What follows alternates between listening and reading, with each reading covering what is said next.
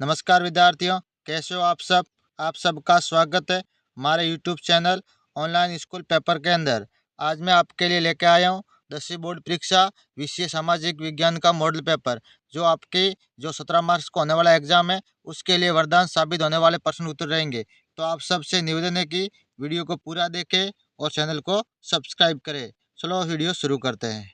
इसमें 1 से 18 क्वेश्चन दिए हुए, वो आपको कोष्टक के अंदर देने हैं। पहला, जर्मेनिया किस राष्ट्र का रूपक बन गई थी। जर्मेनिया किस राष्ट्र का रूपक बन गई थी। तो इसके अंदर भारत, जर्मनी, फ्रांस, ब्रिटेन। तो ऑप्शन नंबर ब, जर्मनी। जर्मेनिया है वो जर्मनी की रूपक बन चुकी थी। अगला प्रश्न, इनमें से किस राज्य में सीढ़ीदार खेती की जाती है। इनमें से किस राज्य के अंदर सीढ़ीदार खेती की जाती है। पंजाब, हरियाणा, राजस्थान, उत्तराखंड। तो ऑप्शन नंबर द, उत्तराखंड। अगला प्रश्न, भारत। अगला प्रश्न, भारत में विश्व की समस्त जैव प्रजातियों की कितने प्रतिशत संख्या पाई जाती है। यानी विश्व के अंदर जितनी जीवों की प्रजातियां पाई जाती है वो भारत में कितने प्रतिशत पाई जाती है। 5%, 8%, 10%, 25%। तो ऑप्शन नंबर ब, इसके अंदर हमने इसके अंदर 8%। कितने प्रतिशत पाई जाती है। 8%। ये मोस्ट इम्पोर्टेंट प्रश्न है, आपको पढ़ लेना है, याद कर लेना है और हमारे चैनल को सब्सक्राइब कर देना है। अगला प्रश्न, निम्नलिखित में कौन सा उद्योग दूरभाष, कंप्यूटर आदि संयंत्र निर्मित करता है। स्टील, एल्यूमिनियम, इलेक्ट्रॉनिक, सूचना प्रौद्योगिकी। तो ऑप्शन नंबर स, इलेक्ट्रॉनिक। कौन सा इलेक्ट्रॉनिक है वो आदि ये कंप्यूटर संयंत्र के अंदर आता है। अगला, निम्न में से परिवहन का सबसे सस्ता साधन कौन सा है। सड़क परिवहन, जल परिवहन, वायु परिवहन, ये सभी। तो इसके अंदर ऑप्शन नंबर ब सही है, जल परिवहन। जल परिवहन है वो सबसे सस्ता साधन है। अगला प्रश्न, आधुनिक सापे खाने का आविष्कार किसने किया। आधुनिक सापे खाने का आविष्कार किसने किया। इसके अंदर मार्को पोलो, योहान गुटेनबर्ग, इरेस्मस या कोलंबस। इसके अंदर ऑप्शन नंबर ब सही है, गुआन गुटेनबर्ग ने। किसने किया, गुटेनबर्ग ने। अगला प्रश्न, निम्न में से किसे एक नए युग का पहला प्रतीक कहा जाता। इनमें से किसे नए युग का पहला प्रतीक कहा जाता है। कपास, रेशम, जूट, ओन। तो ऑप्शन नंबर अ, कपास। कपास को नए युग का पहला प्रतीक माना गया है। ये मोस्ट इम्पोर्टेंट है, आपको याद कर लेने और इनके बारे में अपने दोस्तों को भी बताना है ताकि वो भी अच्छे नंबर ला सके। ये मोस्ट इम्पोर्टेंट प्रश्न है। अगला, ब्रिटेन वुड्स सम्मेलन में किस संस्था की स्थापना की गई। ब्रिटेन वुड्स सम्मेलन में किस संस्था की स्थापना की गई। विश्व व्यापार संगठन, अंतर्राष्ट्रीय मुद्रा कोष, यूनेस्को या यूनिसेफ। तो ऑप्शन नंबर ब, अंतर्राष्ट्रीय मुद्रा कोष का स्थापना की गई। अगला प्रश्न, बंगाल गजट पत्रिका का संपादन किसने किया। बंगाल गजट पत्रिका का संपादन है वो किसने किया था। राजा राव मोहन राय ने, जेम्स ऑगस्टन हिक्की ने, वॉरेन हेस्टिंग्स ने, इनमें से कोई नहीं। तो इसके अंदर है ऑप्शन नंबर ब, जेम्स ऑगस्टन हिक्की ने कहा था। किसने किया था, बंगाल गजट की जो संपादन है वो इसने किया था, ऑप्शन नंबर ब वाले ने, जेम्स ऑगस्टन हिक्की ने। अगला प्रश्न, श्रीलंका में गृह युद्ध का अंत कब हुआ। श्रीलंका के अंदर गृह युद्ध का अंत कब हुआ। 1848 में, 2004 में, 2005 में या 2009 में। तो ऑप्शन नंबर द, 2009 के अंदर गृह युद्ध वो समाप्त हो गया था। कहाँ समाप्त हुआ था, श्रीलंका के अंदर। आपस में जो तमिल और वो सीली आपस में जो झगड़ रहे ना, उनका जो खत्म हो चुका था। भारतीय संविधान में निम्न में से कौन सा विषय संघ सूची में रखा गया है। भारतीय संविधान का जो कौन सा जो भारतीय संविधान में से कौन सा विषय संघ सूची में रखा गया। भारतीय संविधान में ऐसा कौन सा विषय जो संघ सूची के अंदर रखा गया है। प्रतिरक्षा, पुलिस, कृषि, व्यापार। तो ऑप्शन नंबर अ, प्रतिरक्षा। कौन सा रखा गया है, प्रतिरक्षा। ये मोस्ट इंपोर्टेंट प्रश्न है, ये आपको याद कर लेना है। हमने इनको परीक्षा की दृष्टि से मैं और हमारे अध्यापकों ने मिलकर यह तैयार किया गया। धर्म को कभी भी राजनीति से अलग नहीं किया जा सकता। ये कथन है, धर्म को कभी भी राजनीति से अलग नहीं किया जा सकता। ये कथन किसका है? जवाहरलाल नेहरू का, महात्मा गांधी का, चंद्रशेखर आजाद का, डॉक्टर राधाकृष्णन का। तो इसके अंदर धर्म को, ये महात्मा गांधी जी ने कहा था। किसने कहा था? महात्मा गांधी जी ने कहा था कि धर्म को कभी भी राजनीति से अलग नहीं किया जा सकता। अगला प्रश्न, भारत में राजनीतिक दलों का पंजीकरण और उन्हें मान्यता प्रदान करने वाली संस्था है। यानी भारत के अंदर राजनीतिक जो दल होते हैं, अलग अलग पार्टियां बनती है, उनका पंजीकरण और उनको मान्यता प्रदान करने वाली कौन सी संस्था उनको पार्टी बनाने की अनुमति देता है? आज भारत का कोई भी नागरिक अपनी खुद की पार्टी बना सकता है, तो उसको अनुमति कौन देता है? तो इसमें भारत में राजनीतिक दलों का पंजीकरण और उन्हें मान्यता देने प्रदान करने वाली संस्था है संसद, भारतीय निर्वाचन आयोग, राष्ट्रपति, उच्चतम न्यायालय। तो इसके अंदर ऑप्शन नंबर ब सही है, भारतीय निर्वाचन आयोग। जो वोटिंग करवाता है तो निर्वाचन आयोग, वो उसे अनुमति देता है कि आप अपनी पार्टी बना सकते हो। अगला, निम्नलिखित में से किस शासन प्रणाली में वैध सरकार का गठन होता है? किसके अंदर वैध सरकार का गठन होता है? लोकतंत्र, राजतंत्र, तानाशाही, इनमें से कोई नहीं। लोकतंत्र है, लोगों का शासन होता है, वहाँ वैध सरकार का गठन होता है, यानी जो सुनकर आता है उसकी सरकार होती है। अगला प्रश्न, देशों की तुलना करने के लिए सबसे महत्वपूर्ण विशिष्टता समझी जाती है? आय, व्यय, व्यवहार, नैतिकता। देशों की तुलना करने के लिए सर्वप्रथम आय होनी जरूरी। आय, आगे, यानी जिसकी आय ज्यादा होती है वो शक्तिशाली राष्ट्र माना जाता है, ऐसा माना गया। जीडीपी ज्यादा, जीडीपी। औपचारिक क्षेत्र में ऋणदाताओं की गतिविधियों की देख रेख करने वाली संस्था। औपचारिक क्षेत्र में ऋणदाताओं की गतिविधियों की देख रेख करने वाली जो संस्था कौन सी है? भारतीय रिजर्व बैंक, भारत सरकार, राज्य सरकार, संसद। तो इसकी जो संस्था है वो भारतीय रिजर्व बैंक है। कौन सी है? भारतीय रिजर्व बैंक इन सबकी देख रेख करती है कि भाई कौन से बैंक में किसका कितना लोन है, क्या ब्याज पे चल रहा है, वो सब कानून उनके होते हैं। भारत में राष्ट्रीय उपभोक्ता दिवस कब मनाया जाता है? भारत के अंदर राष्ट्रीय उपभोक्ता दिवस कब मनाया जाता है? 24 सितंबर, 24 दिसंबर, 5 सितंबर, 21 जून। तो ऑप्शन नंबर ब, 24 सितंबर को मनाया जाता है। कब मनाया जाता है? 24 सितंबर। विभिन्न देशों के मध्य तीव्र एकीकरण की प्रक्रिया कहलाती है? उदारीकरण, वैश्वीकरण, निजीकरण, उद्योगीकरण। तो ये वैश्वीकरण कहलाती है। क्या कहलाती है?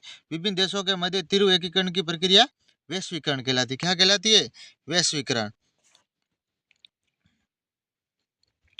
ये मोस्ट इंपोर्टेंट है, आपको याद कर लेना। साथ में आपको समझ में नहीं आया तो हमने उत्तर का कुंज दी हुई है, ये देखकर आगे आप रोक रोक कर सकते हो। आगे आगे आपको रिक्त स्थानों की पूर्ति करनी। आपको 18% दिए होते हैं और बाकी 6 खाली जगह दी होती। अगर आप खाली जगह और ये याद कर लेते हो तो भी आप आराम से पास हो सकते हो। अगला, रिक्त स्थानों की पूर्ति कीजिए। फ्रांसीसी क्रांतिकारियों का मुख्य लक्ष्य यूरोप के लोगों को खाली जगह से मुक्त कराना होता है। तो इसके अंदर निरंकुश शासकों से उनको मुक्त कराना था। निरंकुश मतलब उनके ऊपर अत्याचार करने वाले। अगला, भारत चीन के बाद विश्व का दूसरा सबसे बड़ा चावल उत्पादक देश है। यानी चीन के बाद दूसरा सबसे बड़ा चावल उत्पन्न करने वाला देश भारत है। आगे, यात्रियों और वस्तुओं का एक स्थान से दूसरे स्थान पर आवागमन क्या कहलाता है? परिवहन। क्या कहलाता है? एक स्थान से दूसरे स्थान पर वस्तुओं या यात्रियों को जाना परिवहन कहलाता है। आगे, लोकतांत्रिक शासन व्यवस्था राजनीतिक समानता पर आधारित होती है। किस पर? राजनीतिक समानता पर। तटीय क्षेत्र को सेवा क्षेत्र भी कहा जाता है। यानी जो तटीय क्षेत्र होता है उसे हम सेवा क्षेत्र भी कहते हैं। आगे, सूचना और संचार प्रौद्योगिकी के विकास से भी विश्व स्तर पर व्यापार में वृद्धि हुई है। व्यापार के अंदर वृद्धि हुई है। ये हमने खाली जगह भी कुंजी साथ दिए, आप रोक रोक कर याद कर सकते हो। ठीक है। आगे, अगर आपको इसकी पीडीएफ चाहिए तो आपको उदय education.in पर आप वेबसाइट पे जाकर डाउनलोड कर सकते हो। ठीक है। आगे, निम्न प्रश्न के उत्तर एक शब्द है, एक पंक्ति में देना। आगे जो प्रश्न दिए उनका आपको उत्तर है वो एक शब्द है, एक पंक्ति में देना है। ब्रेटन वुड्स की जुड़वा संतान किसे कहा जाता है? तो विश्व बैंक और अंतर्राष्ट्रीय मुद्रा कोष को ब्रेटन वुड्स की जुड़वा संतान कहा जाता है। आगे, मुद्रण की सबसे पहली तकनीक किस देश में विकसित हुई? चीन, जापान और कोरिया के अंदर। कहाँ हुई थी मुद्रण की सबसे पहली तकनीक? चीन, जापान और कोरिया के अंदर हुई। गुलामगिरी के रचयिता कौन है? गुलामगिरी किसने लिखी? ज्योतिबा फूले ने। मानस बाग रिजर्व किस राज्य में स्थित है? मानस बाग जो रिजर्व है वो किस राज्य के अंदर स्थित है? तो असम राज्य के अंदर। कहाँ है? असम के अंदर। ये मोस्ट इंपोर्टेंट है, आपको याद करना और अपने दोस्तों को बताना है, क्योंकि ये पेपर आपके लिए वरदान साबित होगा। किसी देश के आर्थिक विकास की रीढ़ किसे कहा जाता है? किसी देश के आर्थिक विकास की रीढ़ है वो विनिर्माण उद्योगों कहा जाता है। भारत में 3 रेल गेज कौन कौन से हैं? Broad gauge, metre gauge, narrow gauge. आगे, किस देश में दो समुदाय के बीच पारस्परिक अविश्वास ने गृह युद्ध का रूप ले लिया? तो श्रीलंका। श्रीलंका के अंदर दो समुदायों के बीच से वो गृह युद्ध शुरू हो गया था। चलो आगे, सामाजिक असमानता का कौन सा रूप प्रत्येक स्थान पर दिखाई देता है? लैंगिक असमानता। लैंगिक असमानता यानी स्त्री पुरुष के आधार पर असमानता। कौन सी शासन व्यवस्था अपनी कुछ कमियों के बावजूद पूरे विश्व में स्वीकार्य है? तो लोकतांत्रिक शासन व्यवस्था है वो पूरे वो कमियों के बावजूद भी पूरे विश्व में, उसके अंदर बहुत सारी कमियां हैं, फिर भी वो पूरे विश्व में स्वीकार्य की मानी जाती है। भारतीय मुद्रा किस नाम से जानी जाती है? भारतीय रुपया। भारतीय मुद्रा, उसको हम भारतीय रुपया के नाम से, हमारी जो मुद्रा है वो रुपया है, ठीक है। वैश्वीकरण किसे कहते हैं? विश्व विभिन्न देशों के मध्य परस्पर संबंध और तीव्र एकीकरण की प्रक्रिया को वैश्वीकरण कहते हैं।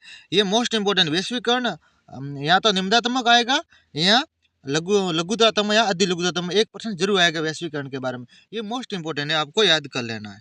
आगे, उपभोक्ता के किन्हीं दो अधिकारों के नाम लिखिए। उपभोक्ता के किन्हीं दो अधिकार? तो सुरक्षा का अधिकार, सूचना पाने का अधिकार। ये तो हो गए छोटे छोटे वाले पर्सन।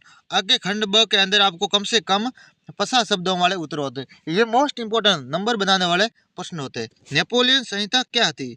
नेपोलियन संहिता ने नेपोलियन ने हाँ, नेपोलियन संहिता क्या थी? नेपोलियन ने 1846 ईस्वी के एक नागरिक संहिता का निर्माण किया, जिसे नेपोलियन की संहिता के नाम से जाना जाता है। इस संहिता ने जन्म पर आधारित विशेषाधिकार, जन्मते ही उसके एक विशेष अधिकार समाप्त कर दिए थे और कानून में समक्ष समानता व संपत्ति के अधिकार को सुरक्षित बनाया था। जन्म होते ही उसको ऐसे ऐसे अधिकार मिल जाते थे। आगे, अगला प्रश्न, रिंडर पेस्ट बीमारी का अफ्रीका पर क्या प्रभाव पड़ता है? रिंडर पेस्ट बीमारी हुई थी, उससे अफ्रीका पर क्या प्रभाव पड़ा? वो बीमारी से अफ्रीका के अंदर क्या भूखमरी आई, या लोग ज्यादा मरे, क्या क्या हुआ? तो रिंडर पेस्ट के कारण लगभग 90% मवेशियों की मौत से अफ्रीका के निवासियों की आजीविका का मुख्य साधन समाप्त हो गया। यानी 90% पशु पक्षी वो मर गए थे और उससे उसकी आजीविका पर असर पड़ा। इससे परिणाम स्वरूप संपूर्ण अफ्रीका धीरे धीरे यूरोपीय उपनिवेशकारों का गुलाम बनकर रह गया और वो है यूरोपीय देशों का वो है गुलाम बन गया, ठीक है। संसाधन नियोजन क्यों आवश्यक है? संसाधन नियोजन क्यों आवश्यक है? तो अधिकांश संसाधनों की आपूर्ति सीमित होती है। अधिकांश संसाधनों का वितरण संपूर्ण देश में समान नहीं होता, अतः समुचित वितरण हेतु नियोजन आवश्यक है। यानी देखो, आज हमारे यहाँ सरकारी जो योजना होती है वो भी टाइम पर सही नहीं चल रही है, तो आपको पता ही है। अगला प्रश्न, रबड़ की कृषि के लिए आवश्यक भौगोलिक परिस्थितियों का वर्णन कीजिए। रबड़ की कृषि के लिए आवश्यक भौगोलिक परिस्थितियां यानी कैसी जलवायु जरूरत होती है उसके बारे में बताएगा। रबड़ की खेती भूमध्य रेखीय उष्ण एवं उपोष्ण जलवायु वाले प्रदेशों में होती है, यहाँ की जाती है। इस कृषि के लिए नम व आर्द्र जलवायु की आवश्यकता होती है। इसके लिए 25% सेल्सियस से अधिक तापमान की आवश्यकता होती है, यानी तापमान ज्यादा चाहिए। इसकी कृषि के लिए 200 सेंटीमीटर अधिक वर्षा की आवश्यकता, यानी वर्षा भी वहाँ ज्यादा होनी चाहिए, वहाँ ये रबड़ की खेती की जाती है। आगे, सतह की साझेदारी क्या है? सतह की साझेदारी क्या है? सतह की साझेदारी एक नीति है। इसके अंतर्गत देश के शासन में समाज के सभी प्रमुख समूहों को सत्ता का एक स्थायी भाग प्रदान किया जाता है। जातीय एवं सांस्कृतिक विभिन्नताओं के कारण विभाजित समाज में झगड़े सुलझाने का एक सामर्थ्यवान हथियार है। इसमें राजनीतिक आयोजन की व्यापक रूप से व्यवस्था होती है, जिसमें समाज के प्रमुख तत्वों को शासन में उचित स्थान व सम्मान प्रदान किया जाता है। ये सत्ता की साझेदारी मतलब हर प्रमुख वर्ण को एक समान अधिकार मिलना राजनीति के अंदर। चलो, धर्म और राजनीति के संबंध में गांधी जी के क्या विचार? धर्म और राजनीति के विचार, तो गांधी जी के अनुसार धर्म कभी भी राजनीति से अलग नहीं किया जा सकता। यानी गांधी जी चाहते थे कि धर्म और राजनीति दोनों को कभी भी अलग नहीं किया जा सकता। धर्म से उनका अभिप्राय नैतिक मूल्यों से था जो सभी धर्मों से जुड़े। गांधी जी का मानना था कि राजनीतिक धर्म द्वारा स्थापित मूल्यों से निर्देशित होने चाहिए, यानी सभी धर्मों का पालन होना चाहिए। भारतीय अर्थव्यवस्था में द्वितीय कृषि हाँ, भारतीय अर्थव्यवस्था में द्वितीय क्षेत्र के महत्वपूर्ण कोई 4 सूत्र बताइए। यानी भारत की जो अर्थव्यवस्था है, जो द्वितीय क्षेत्र की कृषि होती है, उसके 4 प्रमुख सूत्र कौन-कौन से हैं, जिससे अर्थव्यवस्था मजबूत हो? तो है द्वितीय क्षेत्र प्राथमिक एवं तृतीय क्षेत्र के विकास को बढ़ावा देता है। द्वितीय क्षेत्र है वो प्राथमिक और तृतीय दोनों को बढ़ावा देता है, ठीक है? ये लोगों को रोजगार प्रदान करता है। रोजगार में इस क्षेत्र की हिस्सेदारी लगभग 25% है। भारत के जीडीपी में द्वितीय क्षेत्र लगभग 2% योगदान देता है। कितने परसेंट? 2%। ये क्षेत्र लोगों को अनेक निर्मित वस्तु जैसे कि कपड़ा, चीनी, गुड़, कार, इस्पात आदि प्रदान करता है, यानी कच्चे माल का भी उत्पादन का व्यवस्था करता है। सकल घरेलू उत्पादन की गणना करते समय केवल अंतिम वस्तुओं एवं सेवाओं को ही क्यों सम्मिलित किया जा सकता है? सकल घरेलू उत्पादन की गणना करते समय केवल अंतिम वस्तुएं एवं सेवाओं को ही सम्मिलित किया जाता है, क्योंकि इससे दोहरी गणना की संभावना नहीं रहती। यदि इसके मध्यवर्ती वस्तुओं जो कि अंतिम वस्तुओं एवं सेवाओं के निर्माण में प्रयुक्त की जाती है, गणना भी कर ली जाए, इससे दोहरी गणना हो जाएगी, जिसमें वास्तविक राष्ट्रीय आय की जानकारी प्राप्त नहीं हो पाएगी। इससे अगर वो गणना नहीं हो पाई तो उसकी आय की नहीं हो पाएगी। भाई एक को 2 बार गिने तो कैसे हो सकता है? आगे सरकार अधिक विदेशी हाँ सरकार अधिक विदेशी निवेश आकर्षित करने का प्रयास क्यों करती है? सरकारें अधिक विदेशी निवेश आकर्षित करने का प्रयास इसलिए करती है क्योंकि देश में आधारभूत संरचना का विकास होता है, देश में नए नए उद्योग खुलते हैं, नवीन प्रौद्योगिकी का आगमन होता है। इससे देश के लोगों को रोजगार भी उपलब्ध होता है। उपभोक्ताओं को कम कीमत पर अच्छी गुणवत्ता वाली वस्तुएं उपलब्ध होती है। माना कि एक वस्तु उत्पन्न करने वाली 4-5 फैक्ट्रियां हैं, तो भाई देखो कुछ तो डिफरेंट हो गई। विकास में शिक्षा के महत्व को स्पष्ट कीजिए। शिक्षा एक रीढ़ की हड्डी होती है, अम्बेडकर साहब ने कहा था। शिक्षा एक सैनिक का दूध है, जो जितना पिएगा वो दौड़ेगा। मतलब जो पढ़ेगा वो इनके बारे में अधिक जानकारी प्राप्त करेगा। विकास में उन्हीं बोले कि जो पढ़े लिखे के 4 आंखें होती है। विकास में शिक्षा का बहुत महत्व है। शिक्षा के माध्यम से लोगों के ज्ञान को बढ़ाया जा सकता है तथा उन्हें अधिक कुशल बनाया जा सकता है, जिससे व्यक्ति अधिक उत्पादक बन जाता। अतः शिक्षा के माध्यम से लोग अधिक आय का अर्जन कर सकते हैं, यानी शिक्षा के माध्यम से वो अपना अपना काम कर सकते हैं। इससे अनेक जीवन स्तर में सुधार होता है, साथ ही देश की राष्ट्रीय आय में वृद्धि होती है। ठीक है, आगे जो सब में दिए हुए हैं ये दीर्घ उत्तरीय प्रश्न होता है, इसको कम से कम आपको 100 शब्दों में लिखना होता है, तो दोनों में से आपको एक करना होता है। ठीक है, तो ये 14वां प्रश्न है, इसके अंदर 2 दिए हुए, आपको दोनों में से एक करना होता है, पर ये मोस्ट इंपोर्टेंट आपको ये दोनों याद कर लेने। ठीक है, विक्टोरिया कालीन ब्रिटेन में कुलीन और पूंजीपति वर्ग द्वारा हस्तनिर्मित वस्तुओं को पसंद किया जाता था, स्पष्ट कीजिए। ठीक है, 20वीं सदी के प्रथम दशक तथा भारत में औद्योगिकरण की व्यवस्था में आए परिवर्तनों का वही वर्णन करना है। अगला जो 15वां है, इसमें तीव्र शहरीकरण से जल दुर्बलता को बढ़ाया है, तो व्याख्या कीजिए। यानी ज़्यादा जो शहरीकरण बढ़ा तो उसे दुर्बलता, यानी जल में भी दुर्बलता आई है उसके अंदर। निम्नलिखित को स्पष्ट कीजिए, यानी जल प्रबंध और जलीय चक्र को बताना। ये जलीय चक्र महत्वपूर्ण है। आगे 16वां के अंदर भी 2 दिए, ये संविधान संशोधन के पहले और बाद में स्थानीय शासन के महत्वपूर्ण अंतरों को बताइए। गठबंधन सरकार से आप क्या समझते हैं? गठबंधन सरकार ये मोस्ट इंपोर्टेंट पर्सन है। भारत की अर्थव्यवस्था में बैंकों की भूमिका बताइए। भारत में ऋण व्यवस्था क्या समस्या है, लिखिए। ये सारे मोस्ट इंपोर्टेंट अथवा वाले भी कर लेने, क्योंकि परीक्षा के अंदर दोनों में से आपको एक करने होते हैं, अभी आपको 2 करने। निम्नात्मक प्रश्न उत्तर सीमा 250 शब्द। निम्नात्मक मतलब बड़े प्रश्न। रोलेट एक्ट क्या है? रोलेट एक्ट क्या था? रोलेट एक्ट क्या था? गांधी जी द्वारा रोलेट एक्ट का विरुद्ध एक ब्रिटिश सरकार की दमनकारी नीति का वर्णन कीजिए। Rowlatt Act divide and rule वाला ये मोस्ट इंपोर्टेंट पर्सन है, आप याद कर लेना, ये परीक्षा में रोलेट एक्ट आता है। सत्याग्रह व अहिंसा पर गांधी जी के विचार स्पष्ट कीजिए, ये भी मोस्ट इंपोर्टेंट है। राजनीतिक दल से क्या तात्पर्य? भारत में राजनीतिक दलों के सुधार हेतु 4 सुझावों का वर्णन कीजिए। ये जो बड़े प्रश्न है आपको किताब से ढूंढकर याद कर लेने। राजनीतिक दलों के सामने प्रमुख चुनौतियां क्या है, विवेचना कीजिए। 20वां प्रश्न का उत्तर दिए मानचित्र में प्रश्न का उत्तर दिए गए मानचित्र से में दीजिए, यानी आपको मानचित्र के अंदर देना है। ठीक है, निम्नलिखित आणविक ऊर्जा संयंत्रों को भारत के रेखा मानचित्र में अंकित करना है। ठीक है, नरोरा, रावतबाटा, कलपकम, तारापुर है। ठीक है, तो ये मैंने देखो इसके अंदर दिया हुआ नरोरा, रावतबाटा, तारापुर और कलपकम, ठीक है। कल्पकम, ये सब हमने दिए दिए, तो आपको रोक रोक के आपको याद कर लेना। इसके अथवा में एक और प्रश्न है, निम्न लो ऐसे स्थलों को भारत के रेखा रेखा मानचित्र पर अंकित करना है। बेलाडिया, मयूरभंज, बेलाडिया, मयूरभंज, बल्लारी, कुद्रेमुख, ये मोस्ट इंपोर्टेंट है, आपको याद कर लेना।